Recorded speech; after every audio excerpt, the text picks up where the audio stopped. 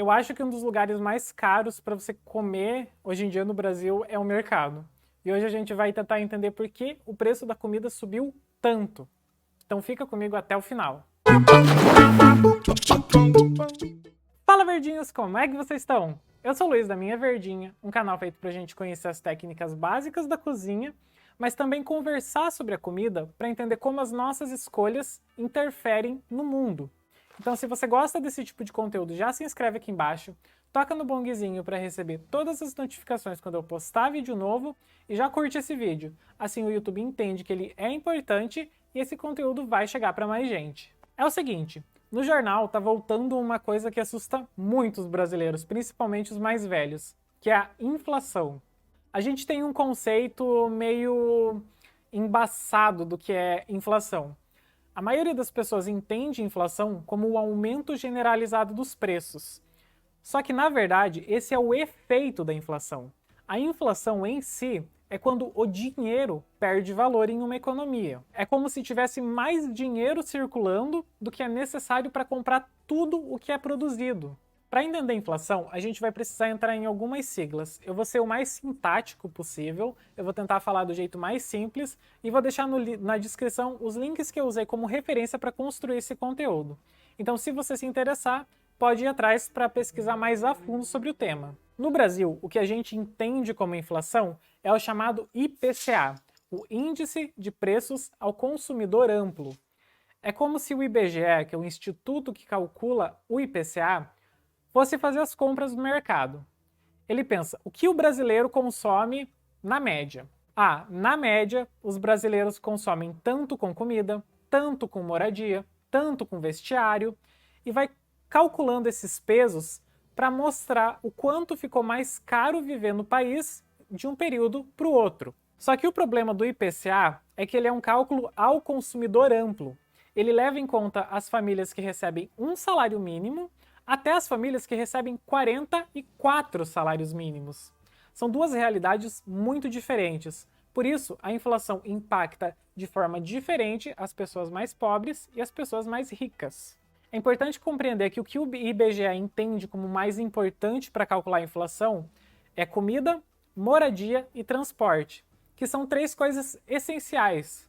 Você não pode parar de comer, você não pode ficar sem ter onde morar, e você também precisa do transporte para conseguir ir de um lugar para o outro, para ir para o trabalho, por exemplo. Essas são as coisas mais essenciais da nossa economia no formato que a gente vive hoje. Mas é importante entender que a inflação não é o aumento generalizado dos preços. Esse é o efeito que a inflação tem na economia. Mas o sentido real dela é quando o dinheiro que a gente tem perde valor. É quando ele passa a comprar menos coisas do que comprava no período anterior. É como se, por exemplo, eu fosse comprar esse copo e hoje ele está custando 20 reais. Amanhã ele está custando 22 reais. Mas isso não significa que foi o preço do copo que aumentou. São os meus 20 reais que não conseguem comprar a mesma coisa. E o que causa a inflação não é um só fator, é um conjunto de fatores. Por exemplo, o Banco Central é responsável pela política monetária do país. É o Banco Central que vai controlar o quanto o teu cartão de crédito pode cobrar de juros, o quanto o banco vai cobrar nos empréstimos e o quanto a inflação vai crescer no país. Só que é claro, o Banco Central não vai lá na canetada decidir o quanto a inflação vai ser no ano. Ele tem uma meta a perseguir. A meta de inflação do Banco Central é 3,25% ao ano. Então, o Banco Central tem como meta desvalorizar o teu dinheiro em 3% ao ano. E como ele faz isso?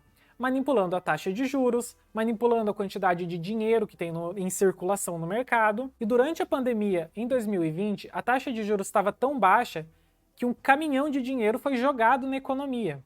Então, está sobrando dinheiro no mercado. Por isso que os preços tendem a aumentar.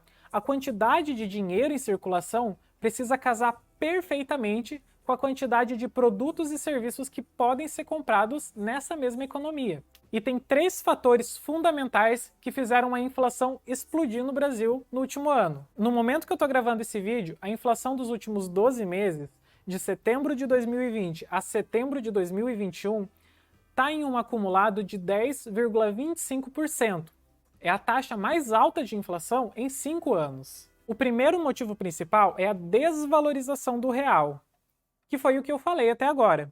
O nosso dinheiro, o real, a moeda brasileira, está perdendo valor no mercado. E não só no mercado interno, em relação às outras moedas. Grande parte do que é produzido como alimento é cotado em dólar. Então, se o real está se desvalorizando, a gente vai precisar gastar mais para conseguir comprar o mesmo produto. Pensa no arroz, por exemplo. O arroz está custando R$ 50 para um brasileiro.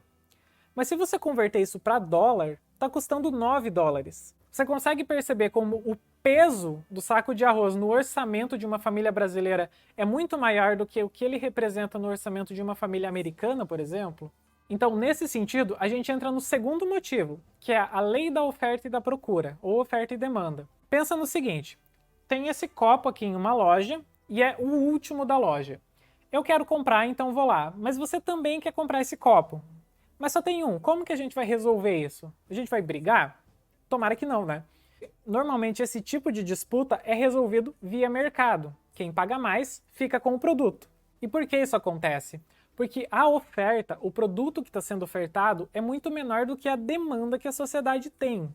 Então, quando a gente junta esse segundo motivo com o primeiro, vai entender que para o estrangeiro comprar arroz no Brasil, por exemplo, é muito mais barato. É como se o país estivesse em liquidação. O estrangeiro consegue comprar com muito mais facilidade o que um brasileiro não está conseguindo. Então, a demanda acaba indo para fora do país, sobrando menos para o brasileiro. Por isso, o preço tende a aumentar. E é por isso que é importante compreender a diferença na definição da inflação. Não é que o preço está aumentando, é o teu dinheiro que está valendo menos. E por que é importante fazer essa distinção? Porque senão a gente tem a impressão de que é o empresário que está aumentando na caneta o preço das coisas. Mas não é isso. A pessoa que produziu o arroz, ela também sentiu um aumento nos custos. Por exemplo, no gasto de energia. A conta de luz subiu para todo mundo. Então quem está produzindo alimento vai precisar passar esse custo para frente, porque senão não tem sentido produzir. E um dos aumentos mais dramáticos que aconteceu durante a pandemia no Brasil foi o preço dos combustíveis. E não deixa ninguém te enganar. A culpa do combustível ter aumentado não é dos governadores. Não é o ICMS que está fazendo o teu combustível ficar tão caro. Apesar de parecer isso, os impostos que são calculados no combustível são proporcionais ao preço que a Petrobras cobra para produzir esse combustível. E a Petrobras, quando o presidente era o Pedro Parente em 2016, alterou a política de preços do combustível. O combustível, apesar do petróleo ser extraído no Brasil, ser refinado no Brasil, se tornar gasolina, se tornar diesel em solo brasileiro, ele é cobrado com base no dólar, com base no preço internacional de combustíveis. Isso se chama PPI, Política de Paridade Internacional. É como se a gente estivesse importando o combustível, quando na verdade ele é produzido aqui dentro. Então isso encarece ainda mais o combustível, considerando que o real está desvalorizado, então o dólar sobe.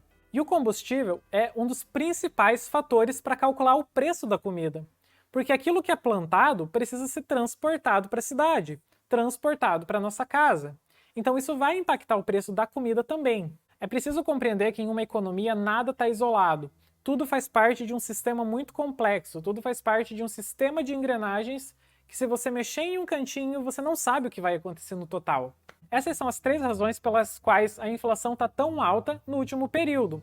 O real está fraco, a gente está com pouca oferta de produtos no Brasil, a maior parte está indo para fora, e também com a pandemia as empresas diminuíram a produção, então naturalmente já teria menos, e o preço dos combustíveis que continua aumentando a cada dia, assim como a geração de energia. Como você vai se proteger da inflação? A única forma de se proteger da desvalorização do dinheiro é através de investimentos. Só que a realidade não é tão simples assim. A gente volta lá para o cálculo do IPCA e vai entender que aproximadamente 20% do índice é calculado com gastos em alimentação. Em seguida vem a moradia e o transporte. São 3 coisas inegociáveis na vida. Você não pode deixar de comer, você não pode deixar de ter um teto e você precisa se transportar para ir trabalhar, para ir para a escola, para fazer o que você tem para fazer. Na verdade, de acordo com um estudo do professor Walter Bellick da Universidade de Campinas, um professor de economia, uma família que recebe até 2 salários mínimos consome cerca de 25% da renda com comida. E uma família que recebe mais que 25 salários mínimos vai consumir aproximadamente 11%. Esse é o problema da inflação. Ela é calculada usando uma faixa de renda muito grande. E é evidente que uma família que recebe 2 salários mínimos vai consumir toda a renda, diferente da família que recebe 40. Essa família que recebe 40 consegue investir o dinheiro para se proteger da inflação. A família mais pobre não vai conseguir, porque não vai sobrar. Primeiro ela precisa sobreviver para depois pensar no futuro. Mas ainda, principalmente quando a gente fala de comida, existe um outro tipo de inflação, que é chamado de shrinkflation, que é um termo em inglês para alguma coisa como reduflação, redução da inflação, que não é quando a inflação diminui, é quando os produtos diminuem para que o preço não aumente. É assim que a barra de chocolate de 200 gramas passou para 170, 160, 150, está caminhando para os 100 já. Ou ainda quando as empresas alteram a formulação dos produtos para incluir ingredientes mais baratos para baratear a produção. Assim não vai precisar repassar um aumento para o cliente. Essa é uma maneira de garantir que as pessoas vão continuar consumindo. Só que muitas vezes a gente não percebe que isso está acontecendo. Então aqui no cardzinho já tem um vídeo no qual eu ensino a escolher produtos com base na qualidade deles, de acordo com a lista de ingredientes. Vale a pena, vai lá ver depois. Mas agora eu vou dar algumas dicas para você escolher produtos de forma que você consiga economizar nas suas compras, para sobrar algum dinheiro para você se proteger desse aumento de preços, que tem tendência de continuar crescendo nos próximos meses. A primeira dica é nunca fazer compras com fome. Você vai comprar mais do que precisa, isso é uma certeza. Segundo ponto, prefira fazer compras sozinho.